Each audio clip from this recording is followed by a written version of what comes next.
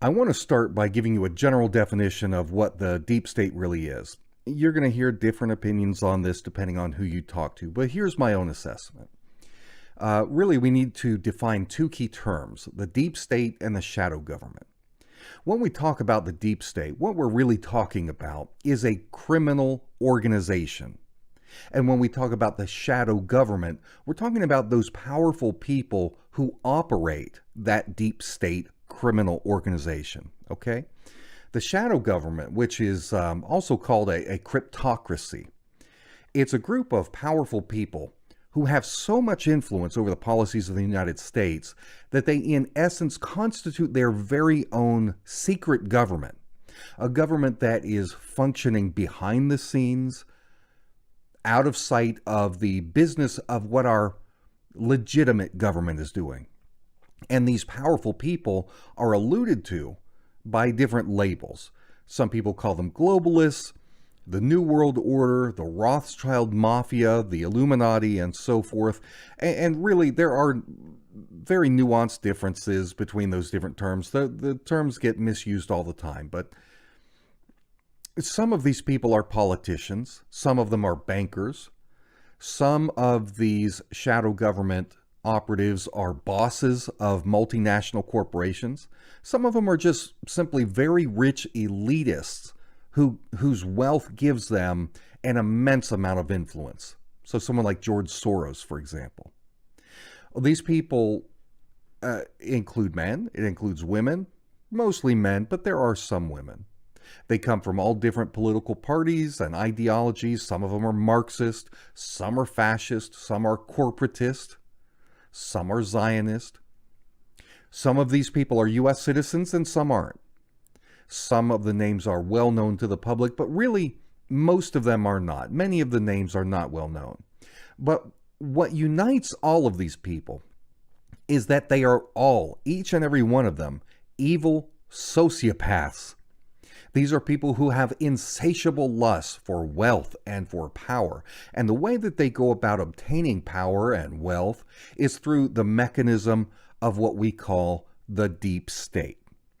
The deep state is the organization and its various bureaucracies. Think of the deep state almost like a corporation. The various departments of a corporation, they all function together, but each individual department has its own goals. They do their own things. So for example, the marketing department, what they do is going to be different from what the engineering department does, what the sales department does. But while each individual department has its own department goals and they do different things, the fact is that all of their work combines together to accomplish the overall goals of the corporation, right? Well, that is very much how the deep state operates. It's got all these different components that make up the organization. So it has, for example, the U.S. State Department and its vast bureaucracies. You've got the non-governmental roundtables, the think tanks, such as the Council on Foreign Relations, the Trilateral Commission. These things that craft the foreign policies for the State Department to implement. Then there's the military-industrial complex, which is basically just the war-for-profit industry. This is what outgoing President Dwight Eisenhower tried to warn us about. Then there are other powerful groups. There are multinational corporations such as oil and energy giants. We have the military and intelligence communities that are definitely the backbone of the deep state. And then, of course, we've got all of the central and Wall Street investment bankers, or the banks themselves, the institutions. Now, all of these various components, they each have their own individual goals. They're all working for what's good for them. But the powerful players that make up the shadow government, they take the heads or the key figures in these various organizations and they secretly work together for mutual gain. They work outside of the law to achieve what they cannot achieve within the law. And that is what makes them criminal organizations. Now, here's how the shadow government operates. Let's say, for example, we use the example of Syria. So let's say that a group of Rothschild-linked corporations and banks, they want to be able to build a pipeline and, some kind of gas pipeline, oil pipeline through Syria. But the Syrian government says no.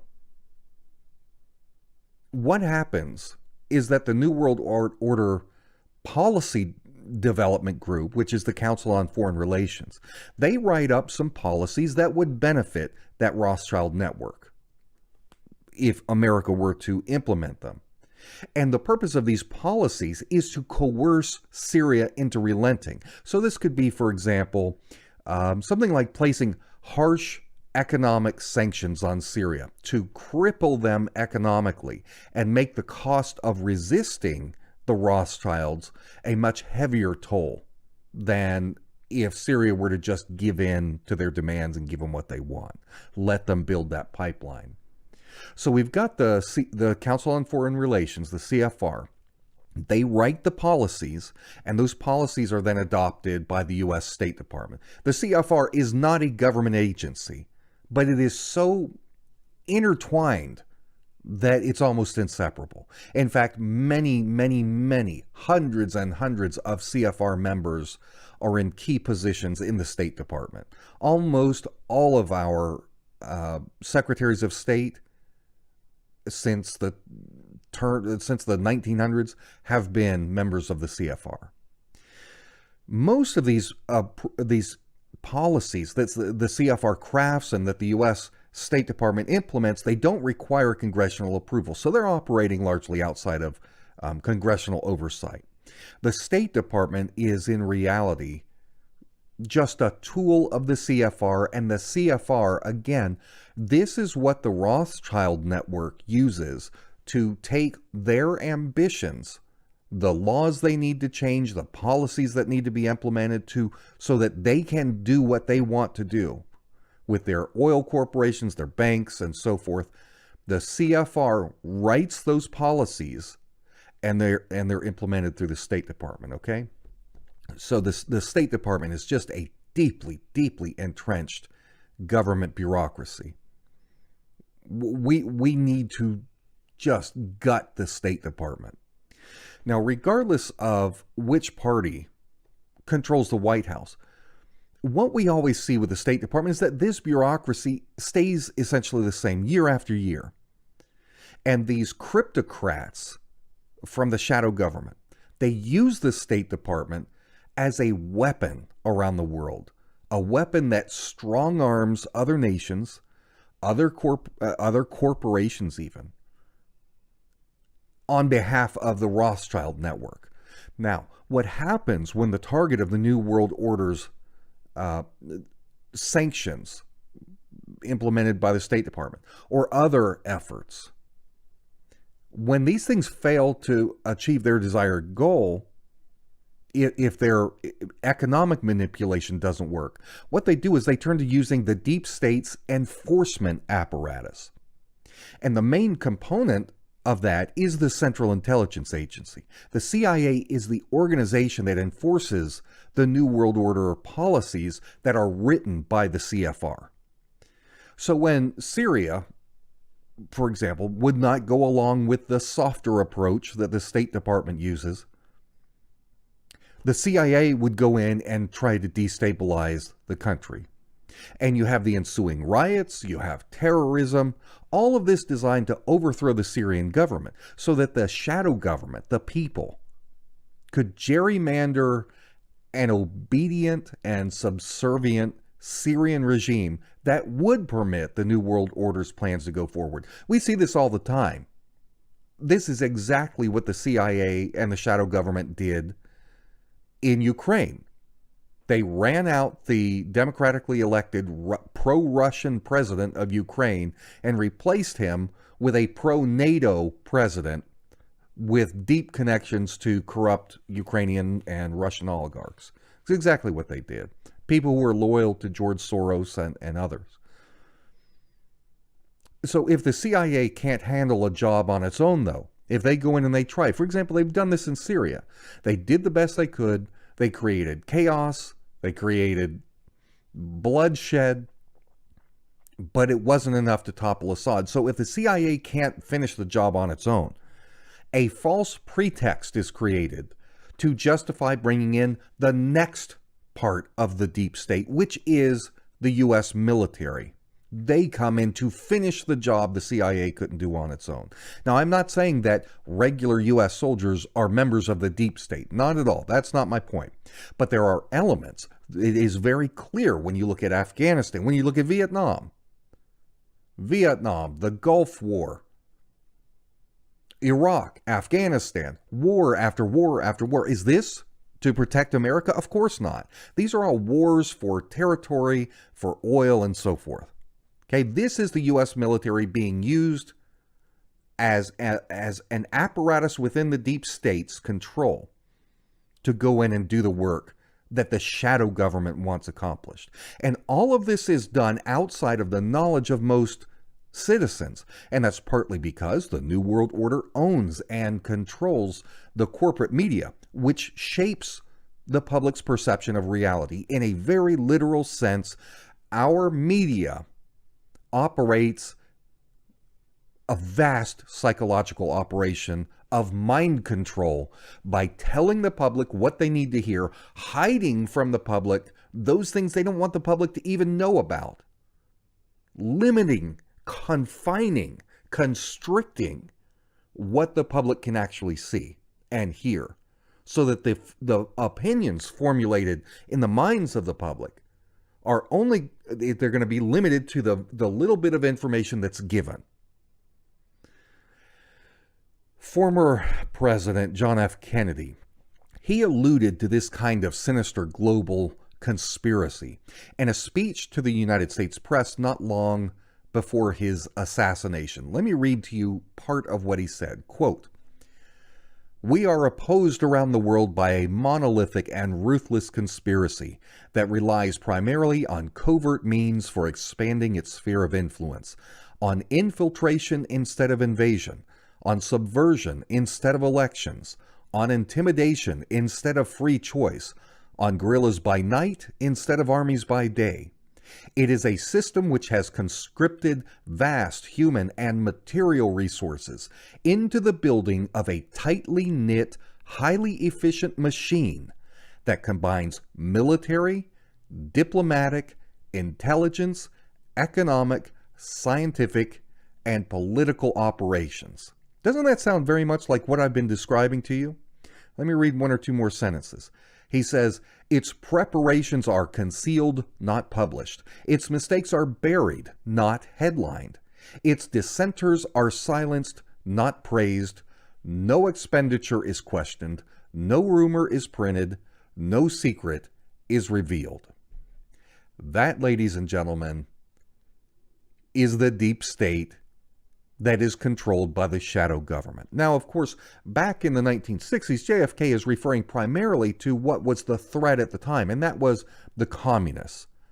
But over time, the communists merely changed their clothes. We now know them as the globalists. But whether we call them globalists or communists, the objectives are the same. Now, let me share some research with you that I've been doing on deep state activities related to Syria. First of all, the Obama administration had the State Department. Leader was Hillary Clinton, right? She was the first Secretary of State in the Obama administration. Syrian President Bashar al-Assad had already said no to the New World Order Network's plans to run a new pipeline through Syrian territory. He said no. The pipeline would operate in competition with Syria's allies, with Russia and Iran, both nations of which rely heavily on their own oil and gas sales. So the answer was no, we're not going to undermine our own allies. Well, after the U.S. State Department failed to get Syria to budge on this issue, the next phase opened up, with the CIA taking the lead. So we've got the United States deep state coordinated with other factions that had their own vested interests in the downfall of Syria. And those factions outside of the United States included the Israelis. They've got their own geopolitical agenda. You've got the Saudis, with their oil competition. So they've got an agenda. You've got the Qataris and others. So the CIA helped to orchestrate an uprising in Syria. And they were arming all of these dissidents. They were providing them with combat training. They were giving them logistical support. And then we've got the Saudis and the Qataris who also began sending weapons to these terrorists. And indeed, these groups were terrorists that the United States was supporting, because it included groups like al-Nusra, which was just Al-Qaeda by a different name, bloodthirsty beasts. Well, Hillary Clinton, as head of the U.S. State Department and as a member of the shadow government, she had helped to orchestrate previously the overthrow of Libyan dictator Muammar Gaddafi, right? They armed mercenaries there in Libya and overthrew the government, turned it into an absolute hellhole there in Libya. With Gaddafi dead, those mercenaries that were used to topple him, they traveled up to Iraq and to Syria to continue working. They merged with these existing groups that were already up there. They merged with Al-Qaeda. And when these groups merged, a new terror group was emerged from all this. It was called ISIS. It's also known by the name ISIL, but a lot of people refer to them in general as Daesh. Well, Hillary Clinton eventually resigned as head of the State Department because she had ambitions to run for the presidency, had to get ready for that. And John Kerry, who had run against George W. Bush back in 2004 for president, John Kerry became the new Secretary of State. He picked up the New World Order's baton.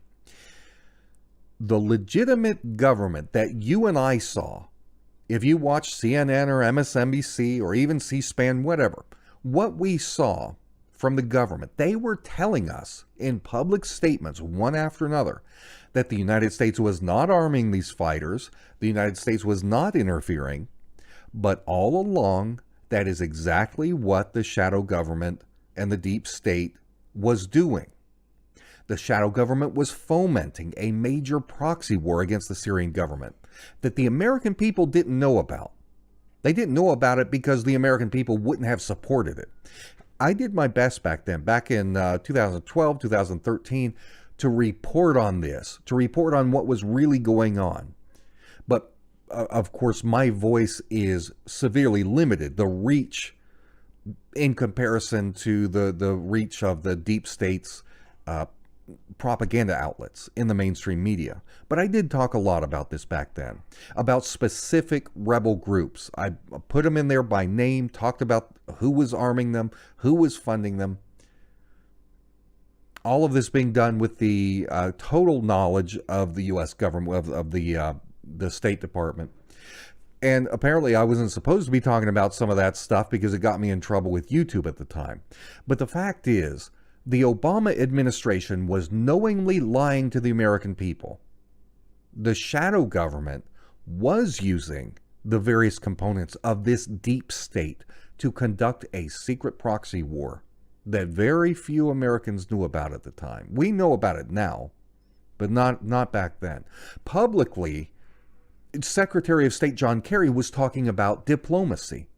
He was saying that he was working very, very hard with all the various parties to bring about a peaceful diplomatic solution to the Syrian crisis. In fact, I'll play a clip here. On September 9th, 2013, he said that he and Barack Obama fully agreed that the solution to the problems in Syria was strictly political, that there was no military solution to this, that the problems couldn't be resolved on the battlefield. Take a listen to this. So let me be clear. The United States of America, President Obama, myself, others are in full agreement that the end of the conflict in Syria requires a political solution. There is no military solution, and we have no illusions about that. A resolution will not be found on the battlefield, but at that negotiating table, but we have to get to that table. But in secret, John Kerry was quite a different story. He was pushing very hard as he could, not just to arm these proxies, but to have a full-scale war using U.S. ground troops as an invasion force to topple the Syrian government. That is what John Kerry was pushing for. You see, this is how the deep state operates. There is what the government tells us publicly, what most people in America and around the world hear from our government, what they think we're doing. And then there is what the shadow government is doing in secret, without the approval, without the knowledge of the American people, and largely without the approval or knowledge of the U.S. Congress. Now, Kerry said that in September 2013. In that same month, he had a secret meeting at the United Nations with a group of Syrian dissidents. And this included representatives of the White Helmets, notorious group there in Syria, affiliated with Al-Qaeda. The meeting was supposed to be strictly off the record. Kerry thought he just had a bunch of allies in there with him, but somebody in that room secretly recorded the conversation and they leaked it. So let me tell you what you're going to hear, because the audio is not super good. You're going to have to listen close. So let me tell you what to listen for.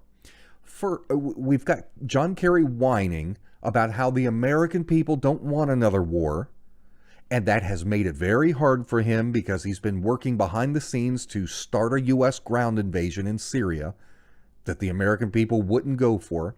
He whines about how the U.S. Congress was also unwilling to go along with a war against the Syrian government. And so Kerry talks about how the United States and its Gulf state allies like Saudi Arabia and Qatar, how they had been pouring massive amounts of weapons into the waiting hands of opposition forces, including al-Nusra, which, like I said, is a branch of Al-Qaeda. He says that these opposition forces managed to team up with ISIS, which is also known, like I said, as ISIL or Daesh. That's what he calls it in this clip. He says that he and his allies watched the strength of ISIS grow, which of course was a result of this assistance. We're arming the rebels, arming these groups, these opposition groups, who then ally with ISIS and are transferring all of these weapons into the hands of ISIS. So maybe we're not giving the weapons directly to ISIS, but we're giving them to the people that are turning around and handing it to ISIS. Well, in this video, in this audio, Kerry acknowledges that they know this is going on. He says that they were watching the growth of ISIS. They were watching it with the hope that ISIS would be able to either overthrow Assad or beat him so bad that he would have to essentially relent and give in to the demands of the West, which would be essentially to step down. And because ISIS was becoming so powerful, Kerry says that's why Russia came in. They came in to keep ISIS from toppling the Assad regime. And now that's also why, and he alludes to this as well, that's why Hezbollah from Lebanon came in. That's why Iran came in to help prop up the Syrian government at their request. And he says, he tells this group that Hezbollah is not a threat to America, that they're not attacking America. He says that Hezbollah is normally an enemy of Israel, but that Hezbollah was not trying to fight Israel. And regardless of these facts, regardless that Hezbollah was not attacking Israel, not attacking America, Kerry said we are still arming these proxies inside Syria to kill Hezbollah and Iranian fighters who were battling to defeat ISIS. This leaked audio was incredible, but the mainstream media barely mentioned it. Just like John F. Kennedy said, doesn't get reported, it gets suppressed. It largely went unnoticed by the public at the time. So listen to this clip. It's pretty difficult right now to get Americans to say we're going to send Americans to invade another country and have a war with Sunni and Shia and extremists and everybody. I mean, it's more complicated than you think. I've argued for use of force. I stood up, I'm the guy who stood up and announced we're going to attack Assad because of the weapons. And then, things evolved into a different process. But the bottom line is that the Congress refused even to vote to allow that. Congress will not authorize our use of force. Congress will not pass that. And so we're trying to help the best way we can. We can always throw a lot of weapons in.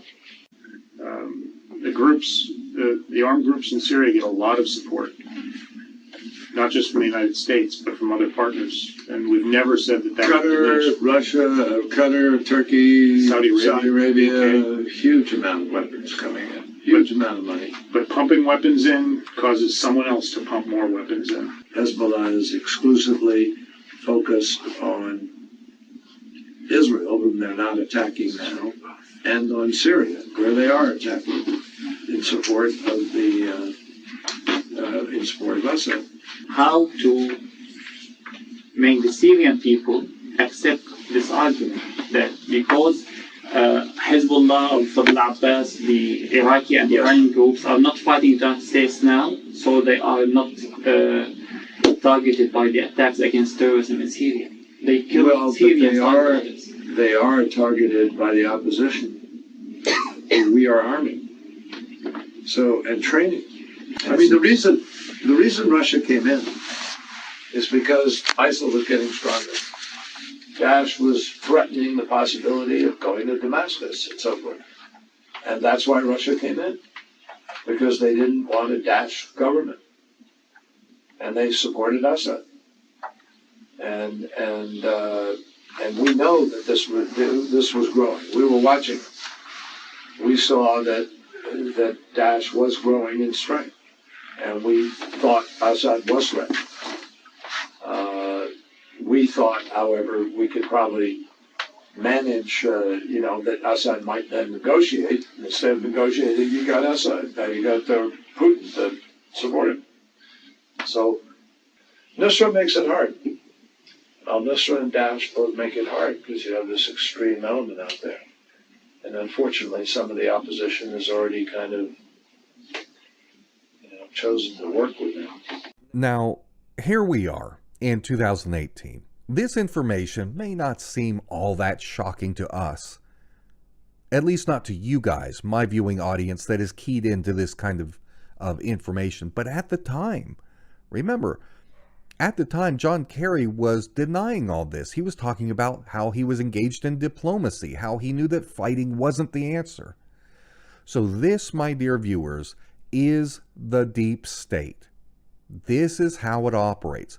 And just as Secretaries of State Clinton and Kerry were part of the deep state running the Obama administration back then, it is a cold hard fact that Trump supporters don't like that CIA Director Mike Pompeo, who Trump now has as Secretary of State, he is also very much a part of this deep state network that is doing terrible things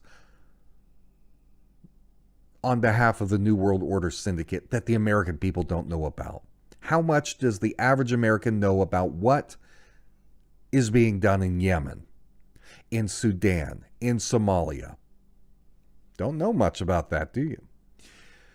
That we can have a left-wing social liberal like Obama, followed by an alleged right-winger like Trump. Two different administrations, and yet the foreign policies go unchanged. The same wars continue and even increase. That is evidence that demonstrates we are not in control. We, the people, are not in control. There is a shadow government that is functioning behind the scenes that we and our representatives seemingly have no control over.